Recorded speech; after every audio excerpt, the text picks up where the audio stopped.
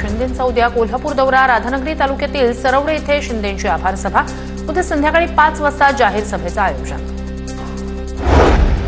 मुख्यमंत्री फेलोशिप अंतर्गत 60 उमेदवारांच्या नियुक्त्या, अर्थ आणि सांख्यिकी विभाग पुढील प्रक्रिया करणार। प्रशांत कोरटकरच्या वकिलांकडून कोल्हापूर जिल्हा सत्र न्यायालयात जामीन अर्ज। आज दुपारनंतर जामीन अर्जाबाबत निर्णय होणार। आजच सुनावणी घ्यायची का यावर कोर्ट निर्णय देणार। गृह राज्यमंत्री योगेश कदम आज बीड आणि जालना जिल्हा दौऱ्यावर। योगेश कदम संतोष देशमुख कुटुंबियांची भेट घेणार, तसंच जालन्यातील शिवसेना नेत्यांची भेट घेत बैठका घेणार। अंजली दमानिया यांनी घेतली मनोज जरांगेंची भेट। दमानियांकडून जरांगेंच्या तब्येतीची विचारपूस। भेटीवेळी धनंजय देशमुखही उपस्थित। भेटीत विविध विषयांवर चर्चा। विद्यार्थ्यांच्या आधार प्रमाणीकरणासाठी 15 एप्रिलपर्यंत विशेष मोहीम। राज्यभरातील शाळांमधील एकूण 94.72% विद्यार्थ्यांचे आधार क्रमांक प्रमाणित। उर्वरित प्रक्रिया सुरू।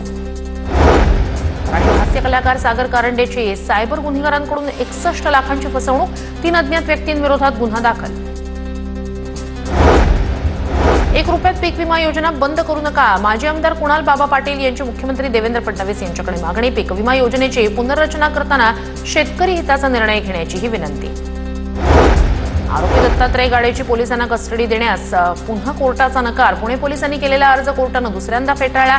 पुढील तपासासाठी पोलिसांनी दत्ता गाडेची मागितली होती कस्टडी।